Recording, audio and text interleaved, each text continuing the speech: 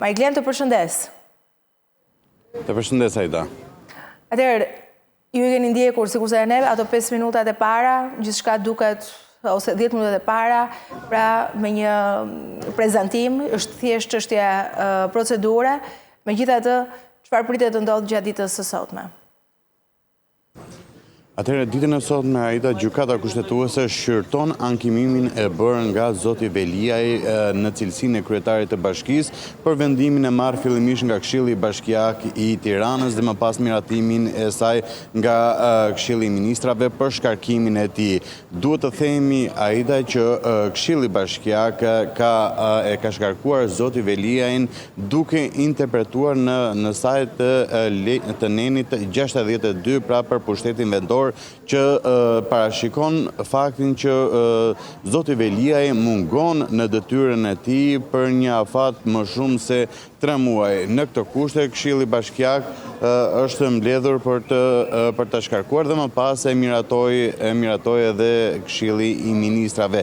Pikërisht për këtë pjesë e ka ankimuar zoti Veliaj në gjykatën kushtetuese shkarkimin e tij, pasi pretendon se mungesa e tij në detyrën e kryetarit të bashkisë është me arsye për shkak se ndodhet në një mas sigurie dhe e ka të pamundur që ta ushtrojë detyrën e tij. Po ashtu, ditën e sotme, pale interesuar që merr pjesë në seancë është edhe presidenca, po ashtu edhe Këshilli i Ministrave. Këshilli i Ministrave për shkak se miratoi në një farë mënyrë, miratoi vendimin e Këshillit Bashkiak, ndërsa presidenca për shkak se gjykata kushtetuese ka pezulluar përkohësisht datën e zgjedhjeve për bashkinë e kryeqytetit. Pra ndon se në 5 bashkitë e tjera zgjedhjet e pjesshme do të zhvillohen më 9 nëntor.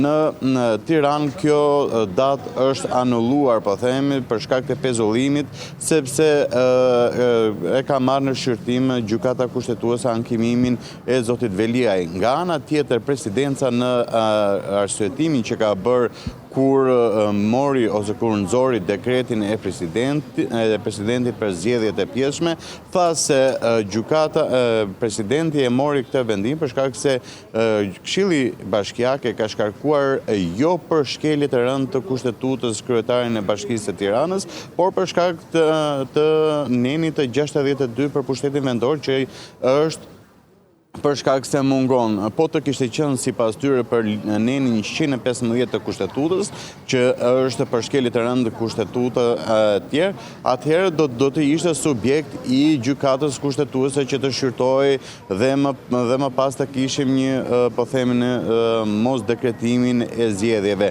Megjithatë, gjykata kushtetuese këtë pretendim të Kreut të Shtetit e rrezoi përderisa ka pezulluar zgjedhjet e pjesshme dhe ditën e sotme marrin pjesë e të gjitha palët pra për të shqyrtuar ankimimin dhe presin për një vendim. Ndërkohë, Aida, duhet të theksoj në fakt se ndryshe nga seanca që u zhvillua në GKKO para pak muajsh, ku patëm një numër të shumë të mbështetësit të zotit Veliaj, të cilët të rrethuan gjykatën e posaçme dhe SPAK-un, duke u bërë në një kërcënim serioz për institucionin, çka e ka konfirmuar edhe kreu i SPAK, zoti Altin Dymani. Ditën e sotme kemi një situatë krejt të qetë, ndërkohë po ashtu edhe nga ana e policisë së shtetit ka marrë masat pasi të gjitha kryqëzimet, po themi, që të sjellin në gjykatën kushtetuese janë bllokuar për automjetet dhe ka një numër të kufizuar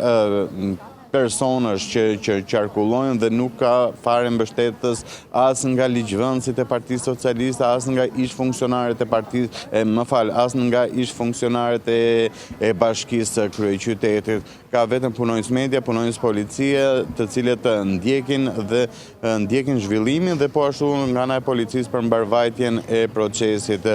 Zoti Veliaj u nis nga paraburgimi ku ndodhin në Durrës rreth orës 9:05 dhe kanë mbërritur në gjykatën kushtetuese 30 minuta para se të fillonte seanca për ankimimin e bërë prej tij. Po shikim pamjet në fakt në këtë moment e hera e parë që shfaqet Erion Veliaj në publik me pranga në duar, por me kostum, ka zgjedhur kështu që të jetë prezent gjatë ditës së sotme. janë prezentuar kush do t'jenë avokatët në mbrojtës, sepse dhe kjo bën sens për shkak se dje patëm një mori informacionesh me tërheqje, me deklarata e të tjerë. Ndërkohë...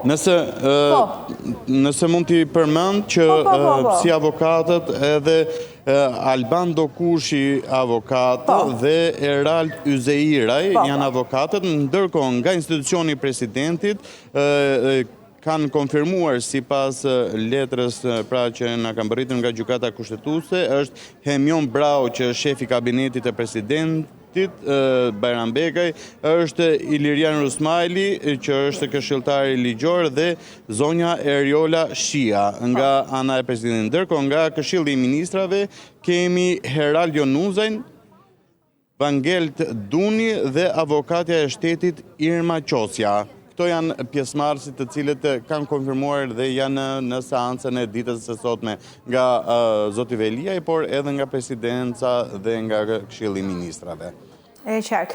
Tani, çfarë pritet të ndodhë nga ky moment? Ndoqëm ato 10 minutat e para, 5 minuta e saj kanë si procedurë, pak rëndësi ka, po që ishte çështja formale ku prezantuan si do të vijojë sipas asaj që ka nisur si komunikim zyrtar? Ditën e sotme Aida nis fillimisht me parashtrimin nga ana e avokatit të zotit Veliaj për ankimimin e bërë. Pra me të gjitha argumentat pse cilësojnë ata vendimin për shkarkimin e zotit Veliaj antikushtetues, pra duke mbrojtur argumentin se ai është shkarkuar me nenin 62 të pushtetit vendor dhe jo për shkelje të rënd të kushtetutës dhe për faktin se nuk ka qenë vetë prezent në momentin që është marrë vendimin në Këshillin Bashkiak prej tij.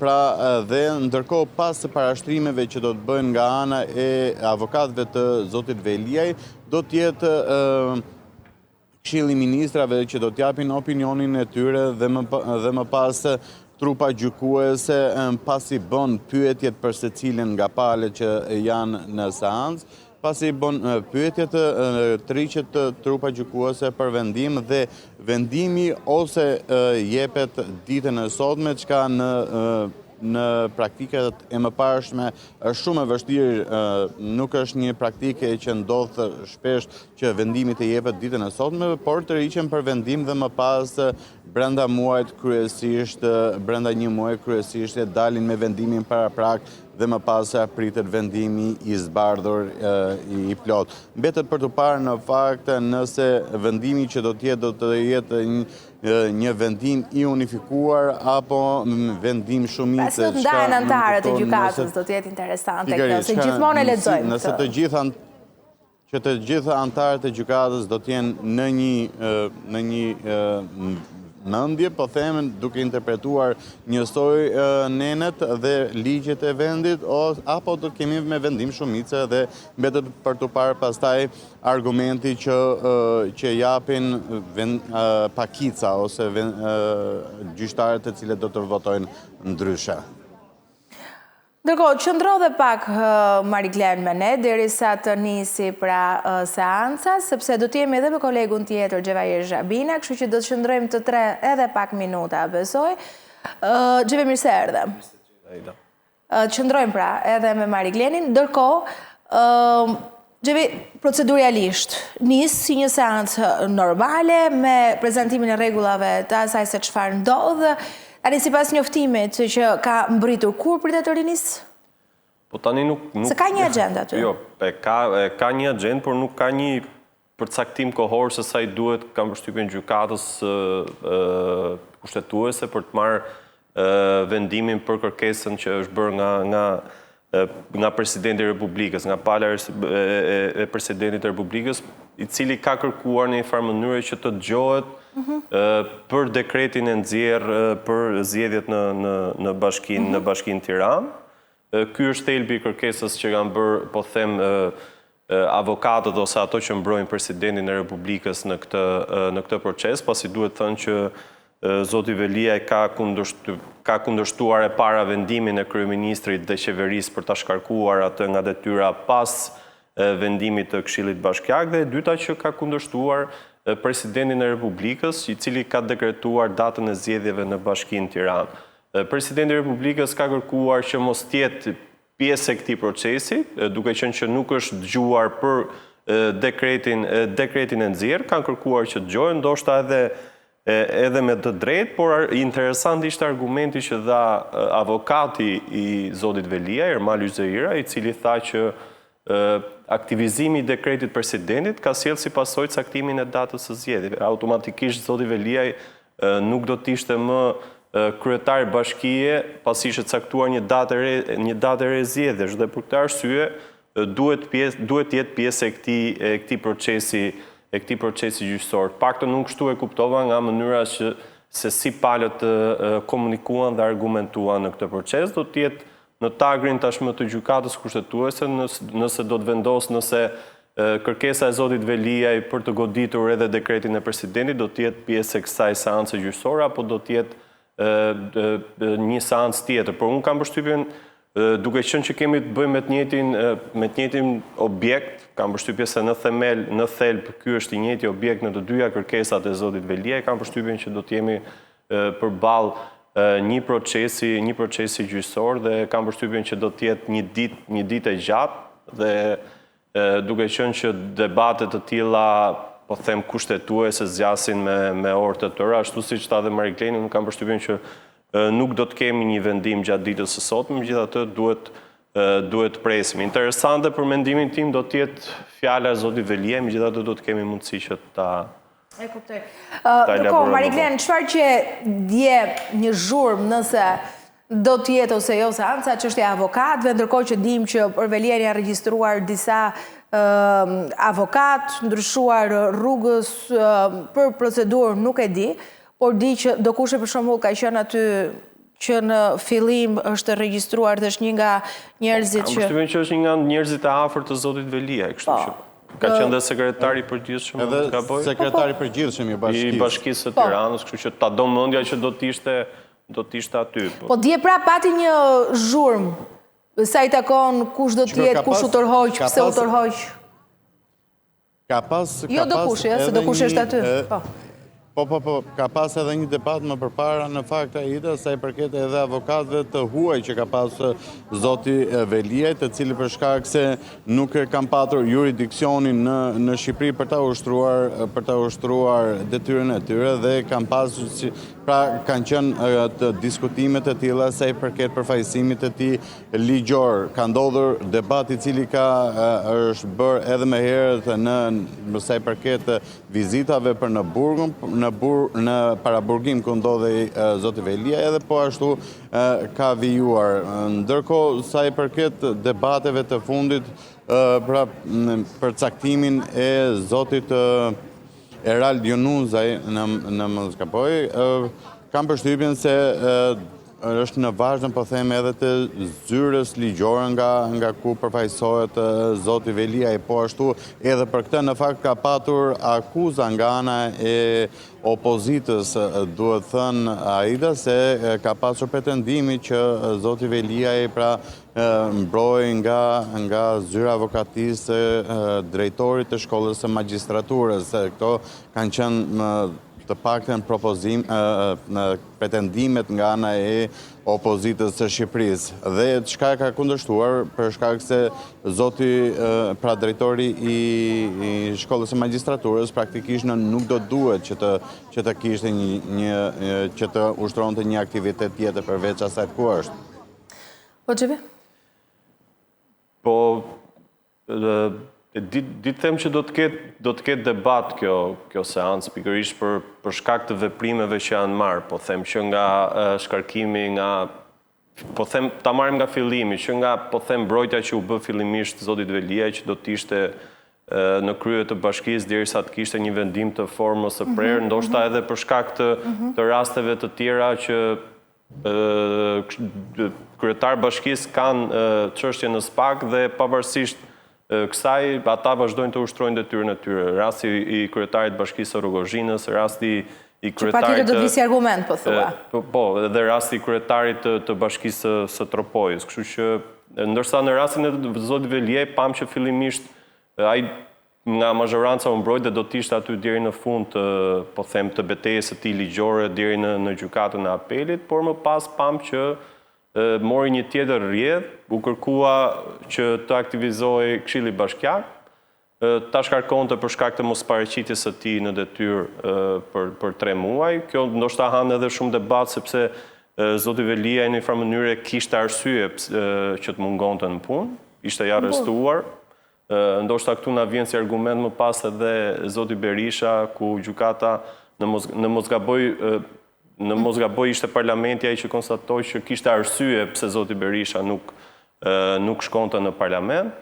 Kështu që janë gjithë debatet të cilat kam përshtypjen do të sillen në seancë, ndoshta interesante do të jetë argumentimi që do t'japin palët, po them kryeministria edhe... Për mua interesant do t'jetë, a do të zgjedhi Veliaj të flasë vetë dhe me informacione, flitet dhe burime që mund të marri sot pjesën e Luanit të fjalës. Ta shohim, dhe unë e shoh më interesante nëse zoti Veliaj do të flasi proceduralisht apo politikisht. Se kjo është pyetja që duhet bëhet në këtë moment. Po t'jeshtë sikur që do t'a shfrytëzoj këtë moment. Po pra, se nëse flet politikisht, atëherë do të ketë... e thështë Blinit flas. Po pra, nëse flet politikisht, atëherë kam përshtypjen do të ketë një lloj interesi për publikun dhe për njerëzit. Pastaj nëse ai futet debatit procedurial të kësaj historie, që atë që po ne po diskutojmë tani që Këshilli Bashkiak duhet mos më kishte shkarkuar, më pas qeveria s'duhet më kishte shkarkuar dhe më pas presidenti nuk duhet të kishte dekretuar datën e zgjedhjeve, atëherë kam përshtypjen që nuk ka asnjë lloj interesi, sepse ne si media dhe qytetarët ndoshta presin gjëra të tjera, sepse zoti Velia ka thënë që është një burgosur politik në mos gaboj, po kam përshtypjen nëse është ka një tjetër kuptim i burgosur politik, megjithatë na tregoj pse është i burgosur politik. Na tregoj faktet. Po gjithë burgosur politike janë këta kur shkojnë atje. Edhe Saliani ishte i tillë, sa mbaj mendun, edhe të tjerë. Gjithë kështu thonë këta.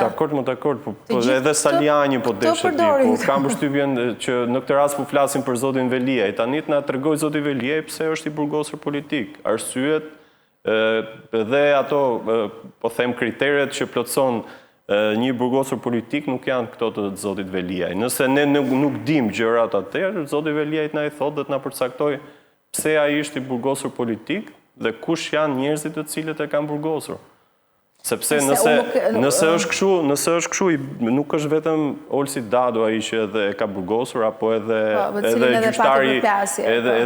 gjyqtari i gjykatës së posaçme Erion Bani. Atëherë niveli konspiracionit dhe niveli organizimit të burgosjes së zotit Velia shkon përtej. Shkon edhe politikisht, po them. E kuptova. Mariglen, dim gjë se si do të jetë paraprakisht. Do të ndalesha pak tek argumenti sa i përket mos pjesëmarrjes në punë, pra mungesës në punë të interpretimi dhe precedenti me zotin Berisha nga juristë ndryshëm, në fakt që është konsultuar, që kemi ndjekur edhe si tem, por edhe në debatet midis deputetëve të opozitës të ndryshëm, ndryshimi midis ligjvënësit, pra deputetit dhe kryetarit të bashkisë, është se për deputetin sankcionohet, në fakt shkruhet që kur mungon pa arsye, dhe ndërkohë për kryetarin e bashkisë në ligjin për pushtetin vendor, pra në mos gaboj neni 62 e ka të shkruar do më thënë literalisht në mënyrë të drejtë, vetëm kur mungon pa dhënë detajimet e tjera nëse me arsye apo pa arsye, por në rast se mungon për 3 muaj, atëherë mblidhet Këshilli Bashkiak për ta shkarkuar. Dhe pikërisht në këtë frym ka qenë edhe vendimi i Këshillit Bashkiak, megjithatë duhet thënë se edhe Këshilli Bashkiak ka dashur... Zoti Velia apo t'ishte, ku diun, në një gjendje të rëndë shëndetësore që nuk ja mundësonte pjesëmarrjen në... Prap do ikte? Çfarë do bënte Këshilli Bashkiak? Është pyetja. Prandaj duhet interpretim kushtetues në këtë rast, kupton? Sepse palët, secila palë do të mbroj kampin e atë që përfaqëson kampin e vet. Jo, dakord, por duke qenë se deputeti ka pra funksioni deputetit është ligjvënës, ndërsa kryetari i bashkisë në një farë mënyrë është administrativ, pra në mungesë të tij shumë është i zgjedhur me votë, është i zgjedhur me votë apo jo? A është votuar për kryetarin e bashkisë? Njësoj është si ligjvënës, është votuar për kundrazi, ndoshta ligjvënës në Shqipëri nuk votohen, kam përshtypjen unë, sepse ca janë të lista e mbyllur dhe e kanë të garantuar atë, po them, pjesëmarrje në parlament, kurse zoti Velia edhe cili do kryetar bashkie është i votuar me votë. Dhe këtë ka pas kartë morale që në përmëngje gjithë kohës. Për te asaj që po themi. Ligjvënësi kur ka artuar për ligjet në fakt, ka pasur parasysh që deputeti i Shqipërisë është një ndër 140 deputetet e parlamentit, që nëse mungon ai një projekt ligj që është në të mirë të Shqipërisë, avancon përpara dhe nuk bllokohet, ndërsa për bashkinë për një pushtet vendor, nëse kryetari i bashkisë mungon, atëherë shumë punë ose shumë akte, shumë vendime mbeten pezull për shkak të mënyrës ose konstruktit se si e kanë bërë zbatimin, se si funksionon pushtetin vendor. Megjithatë, këto janë interpretime teknike që do të gjejmë avokatët për këtë. Tani Mariglen, ti çfarë di? Do ta shfrytëzoj sot këtë seancë Erion Velieku, që janë pritshmëritë, se nuk kemi nga ta dim, duhet kesh kontakt me avokatët që të kuptosh edhe nëse ata të thonë diçka.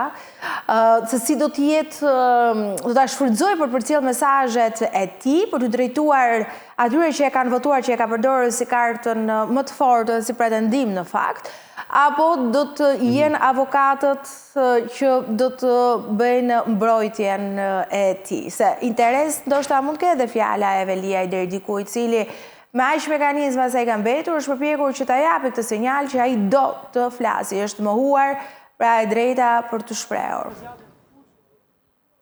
Ajda, duke qenë se kjo nuk është gjyq për çështjen e themelit, pra përse ai ndodhet në paraburgim, por është një ankimim sa i përket pasojave që kanë rrjedhur për shkak të vendimit të masës së sigurisë ndaj tij. Ndaj, sipas informacioneve kanë qenë të pakta të rezervuara, megjithatë zoti Veliaj pritet që të mbajnë një fjalë, por pa u futur në, pra po them, në teknikalitete dhe në zbatim në teknikalitete ligjore, përveç se mund të kemi ndonjë mesazh politik të cilin mund të artikuloj aty, nisur nga argumenti për vendimin e Këshillit Bashkiak dhe më pas nëse mund të përçoj një mesazh politik edhe për partinë në të cilën aderon.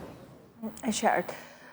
E kemi të paracaktuar, Mariglen, në njoftimin paraprak se kur do të rinisë seanca në kushtetuese? Me që se ju ka mbritur një material para prak, themë, për atë se çfarë pritet gjatë ditës së sotme. Kjo është ideja.